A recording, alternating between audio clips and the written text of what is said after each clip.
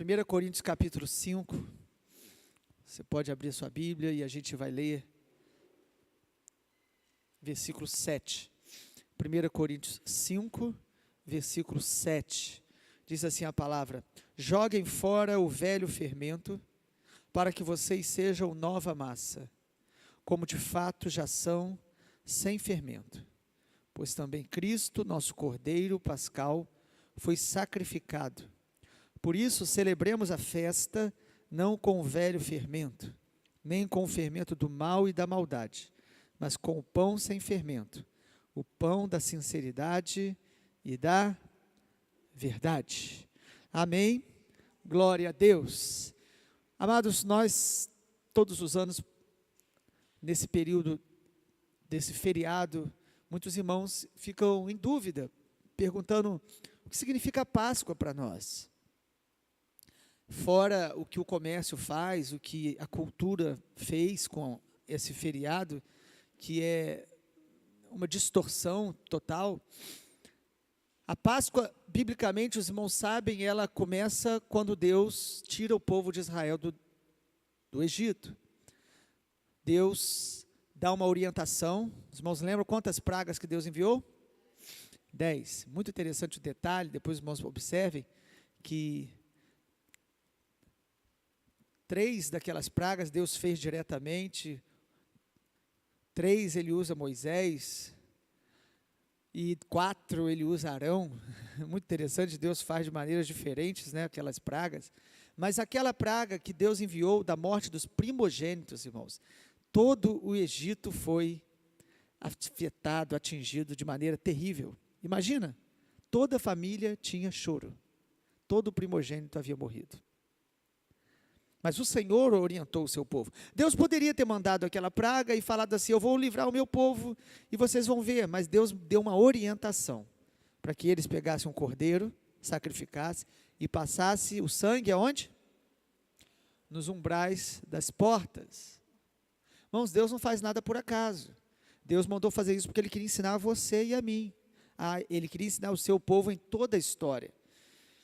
E Deus disse: olha, o anjo da morte, quando vier, ele vai passar por cima daquela casa, ele não vai entrar.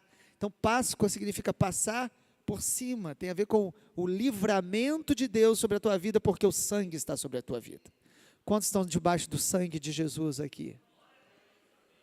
Irmão, tenha certeza de uma coisa: você só está vivo por causa da graça de Deus.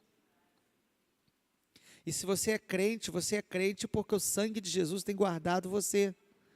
Tantos ataques, tantas lutas, mas o sangue de Jesus está sobre as nossas casas, e é interessante porque eles traziam pessoas que estivessem naquela casa, ali havia uma proteção, como naquela praga das trevas, só na casa do povo de Deus tinha luz. Bom, na tua casa, se você está em Cristo, a luz de Deus está aí, está sobre nós. E aí, irmãos, Deus falou para Israel que eles deveriam todos os anos celebrar a Páscoa, Pentecostes e tabernáculos, 3 festas. Todas as 3 festas apontam para o Cordeiro, ou seja, são messiânicas, são proféticas, elas são históricas, porque algo aconteceu que as estabeleceu, e elas também estão ligadas às colheitas. Isso é muito interessante, né, irmãos? Todas elas. Você e eu estamos em estações também. Estações não apenas climáticas, mas estações espirituais. Então a igreja deve sempre discernir as estações. Sabe por quê, irmãos? Quem está me ouvindo, diga amém. A gente faz isso porque de vez em quando alguns se distraem meio assim, né, e volta. Para te ajudar. Quando as estações mudam, as roupas precisam mudar. Deus quer mudar as nossas vestes espirituais, para a gente poder desfrutar das novas estações espirituais. Imagina alguém entrar no inverno e continuar usando a roupa de verão. Lógico, o inverno da nossa cidade até dá. Mas quero ver no inverno da Albânia. Nem a nossa roupa aqui de inverno dá lá. Teve que comprar lá. A Larissa falou: pastor, eu vou comprar lá. É melhor, é adequada, revestimento. Irmãos, no mundo espiritual é a mesma coisa. Você está numa nova estação. Agora, você e eu precisamos nos revestir do que Deus nos dá para essa estação. Nos revestir, ouvir o Senhor, receber a sua palavra, alinhar o nosso coração com o que Deus está fazendo. Senão, a igreja caminha na estação que o Senhor deu e você fica de fora do que Deus está fazendo. Então, a Páscoa precisava ser celebrada por quê? Por que Deus falou todo ano celebre?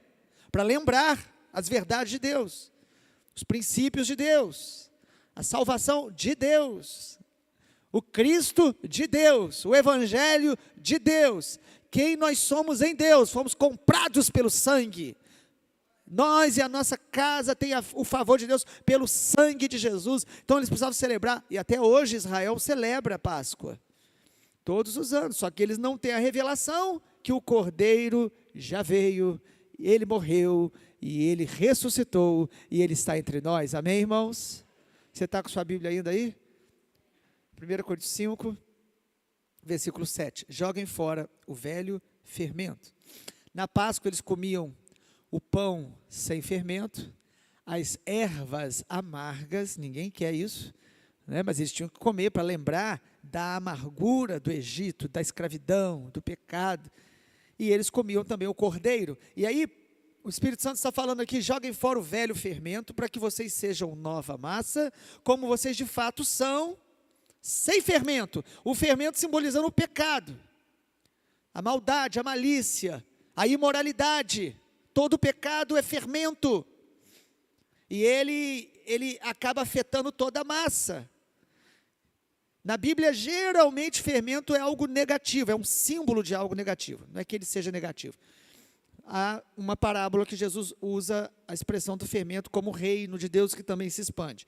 Mas o fato é que Paulo está dizendo, irmãos, que nós precisamos estar sem fermento, por quê? Versículo ainda 7. Pois também Cristo, nosso Cordeiro Pascal, foi sacrificado. E aí aparece a palavra que hoje na nova aliança, o que a Páscoa era profeticamente, se cumpriu em Jesus. Você e eu nos alimentamos do Cordeiro Pascal. Cristo é o nosso Cordeiro. Por isso Páscoa não tem nada a ver com coelho, nem com chocolate. Tem a ver com o Cordeiro e com o sangue de Jesus. E com a ressurreição de Jesus. E Deus, em sua soberania, o que Ele fez? No dia da Páscoa judaica, lá no ano, quem sabe, 33, 35, tem variações aí de entendimento, Jesus morre na sexta-feira da Páscoa. Que coisa sobrenatural que o Espírito faz, né? Jesus morreu justamente na festa da Páscoa, e ele ressuscitou no terceiro dia. E aqui Paulo está falando sobre o pecado na igreja. Ele fala, olha, tem imoralidade aí no meio de vocês precisam confessar isso, vocês precisam disciplinar isso, vocês precisam reprovar isto, para que vocês não estejam com fermento entre vocês. Nós somos, irmãos, o povo de Deus, irmãos, não podemos tolerar o fermento em nós e nem entre nós. E quando a gente fala tolerar, eu estou usando a palavra bíblica. Para quem não gosta dessa palavra, a Bíblia fala que o pecado de uma igreja em tolerar Jezabel. Nós não podemos tolerar o pecado. Primeiro aonde? Em nós. Primeiro em nós. Senhor, me quebranta, me traz arrependimento. Segundo, no nosso meio, ou seja, aquilo que é evidente, pecado que é evidente, nós temos que reprovar. Nós temos que falar, isso está errado diante do Senhor, Deus não se agrada. Amém, irmãos?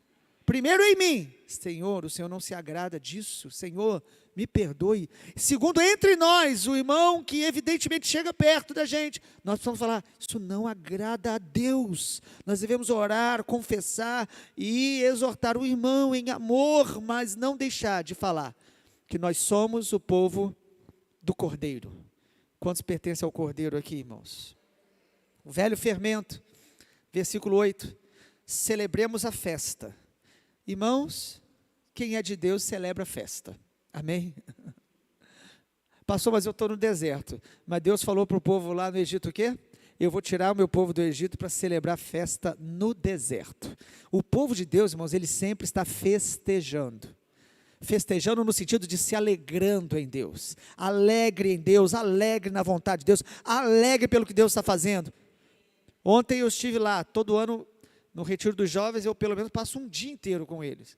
E ontem eu fiquei lá, e vendo o que Deus está fazendo, coisas tão preciosas. Ore para que os nossos jovens voltem, e você ajude a dar continuidade a isso. Não é ele chegar e você falar assim, ó, quero ver o que aconteceu lá. Não.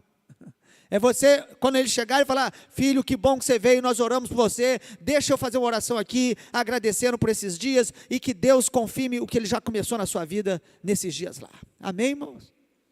Celebremos a festa, é celebrar o que o Senhor Jesus é, e o que o Senhor Jesus faz. Celebre, irmãos, aprenda a se alegrar em Deus, vendo o que Ele está fazendo. E aí Paulo diz, celebremos a festa, não com o velho fermento, nem com o fermento do mal e da maldade, porque nós podemos misturar as coisas. Arão, ele fez uma festa para Deus, com um bezerro no meio, porque o texto fala isso lá. Ele diz, vamos festejar para Deus, mas às vezes a gente quer que os nossos bezerros estejam juntos, os nossos ídolos, as nossas malícias, as nossas maldades. Paulo está falando, igreja de Corinto, vocês precisam lançar fora esse fermento, para vocês celebrarem a festa santos, puros, íntegros, verdadeiros diante do Senhor. É o que ele termina aí no versículo 8 dizendo, com o pão sem fermento. Que pão é esse? O pão da sinceridade e da verdade. Irmãos, o nosso Deus é o Deus da verdade. Nós precisamos andar na verdade. A nossa vida espiritual precisa ser de verdade, sincera, diante do Senhor. É muito bom quando a gente vê alguém sincero, mesmo com a sinceridade dele esteja mostrando falhas, mas é muito melhor alguém sincero que diz, eu estou necessitado, eu preciso mudança, do que aquele que diz, está tudo bem, está tudo legal. Nós precisamos chegar diante do Senhor e falar, Senhor, remove o fermento do meu coração, me ajuda a ajudar os irmãos que também estão fermentados, que eu não seja um fermento dentro da igreja, mas que eu seja alimento, um pão que alimenta, um pão sem fermentos, pães asmos, da sinceridade e da verdade. Irmãos, esta é a ceia do Senhor. A ceia do Senhor, alguns perguntam, pastor, por que a gente não faz uma festa de Páscoa? Até poderíamos fazer, irmãos, mas no Novo Testamento a gente não vê isso na igreja. Ainda que a igreja judaica, eles tinham as festas, a igreja em Israel, certamente, mas a festa da Páscoa da igreja é a ceia do Senhor. Todas as vezes que nós ceamos, nós estamos celebrando a nossa Páscoa. Podemos sim, já fizemos em nossa igreja lá no começo, nós fizemos uma Páscoa na nossa igreja, irmão, que tinha cordeiro, que tinha pães sem fermento, e tinha ervas amargas. Eu dei boldo para todo mundo. Falei, só come o cordeiro quem comer a erva amarga. E nós tivemos conversões nessa festa. Uma irmã que veio, ela ficou muito marcada por aquela festa. E as ervas amargas, eu na época nem gostava de boldo, hoje em dia eu até gosto.